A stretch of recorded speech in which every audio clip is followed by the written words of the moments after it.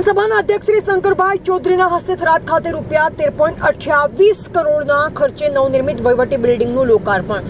સુવિધાથી સજ્જ સરદાર સરોવર નર્મદા નિગમ લિમિટેડ વહીવટી સંકુલનું કરાયું લોકાર્પણ. સરહદી વિસ્તારના ખેડૂતોને વિધાનસભાના અધ્યક્ષ શ્રી શંકરભાઈ ચૌધરીની અપીલ, સૂક્ષ્મ પિયત પદ્ધતિ અપનાવી પાણીને જમીન બંનેને બચાવીએ. વિધાનસભાના અધ્યક્ષ શ્રી શંકરભાઈ ચૌધરીના હસ્તે થરાદ ખાતે રૂપિયા 13.28 કરોડના ખર્ચે નવનિર્મિત વહીવટી બિલ્ડિંગનું લોકાર્પણ કરાયું. વિવિધ સુવિધાઓથી સજ્જ સરદાર સરોવર નર્મદા નિગમ લિમિટેડ વહીવટી સંકુલનું અધ્યક્ષશ્રીના હસ્તે લોકાર્પણ કરાયું. થરાદ ખાતે આયોજિત કાર્યક્રમમાં અધ્યક્ષ શ્રી શંકરભાઈ ચૌધરીએ જણાવ્યું કે રાજ્ય સરકાર દ્વારા થરાદ પંથકના વિકાસ માટે અનેક કાર્યો કર્યા છે. રાજ્ય સરકાર હર હંમેશ ખેડૂતોના પડકે રહી છેવાડાના વ્યક્તિની ચિંતા કરી છે. તેમણે ખેડૂતોને અપીલ કરી કે એક ટીપું પાણી બચાવીએ અને વડાપ્રધાન શ્રી નરેન્દ્રભાઈ મોદીના કેચ ધ રેન અભિયાનને સફળ બનાવીએ. ગામનું પાણી ગામમાં તથા સીમનું પાણી સીમમાં રહે તે માટે જળ સંચય સહિતના કાર્યો કરવા ખેડૂતોને તેમને આહવાન કર્યું. વિધાનસભાના અધ્યક્ષશ્રીએ ખેડૂતોને અપીલ કરી હતી કે તેઓ વધુમાં વધુ સૂક્ષ્મ પિયત પદ્ધતિનો ઉપયોગ કરે, જેનાથી જમીનમાં આવતો ક્ષાર અટકાવી શકાય તથા આપણી જમીનને બચાવી શકાય. તેમણે નર્મદા નિગમને પીઆઓ ફરજિયાત આપવા અપીલ કરી.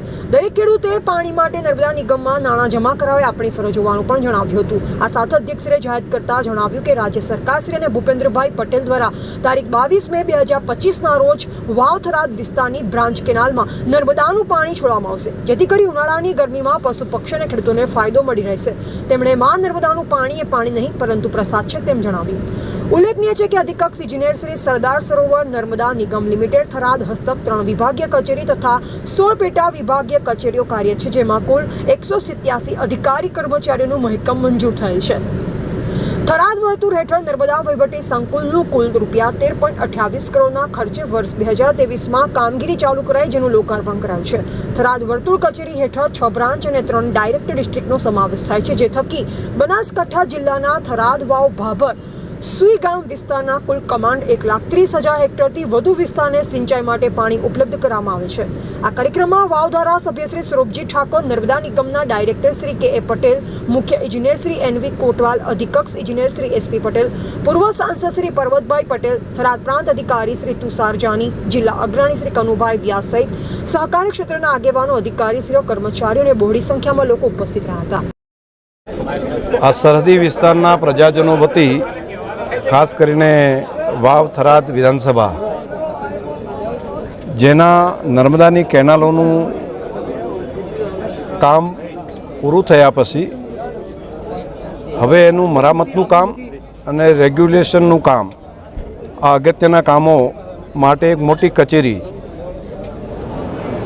બધા અધિકારીશ્રીઓ અહીંયા રહી શકે એ માટેના ક્વાર્ટર સહિતની વ્યવસ્થા અને તેનું બિલ્ડિંગનું આજે લોકાર્પણ કરવામાં આવ્યું છે.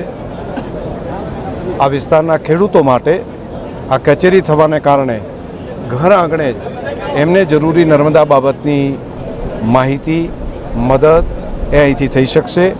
આ માટે હું રાજ્યના મુખ્યમંત્રી શ્રી ભૂપેન્દ્રભાઈ પટેલનો હૃદયપૂર્વક આભાર માનું છું. સાથે સાથે જે માઇનોર, સબ માઇનોરમાં કેટલાક કામો હતા એની પણ આજે મંજૂરી એમણે આપી છે, તો એમના માટે પણ નર્મદા નિગમ અને માનનીય મુખ્યમંત્રીશ્રીનો આભાર માનીએ.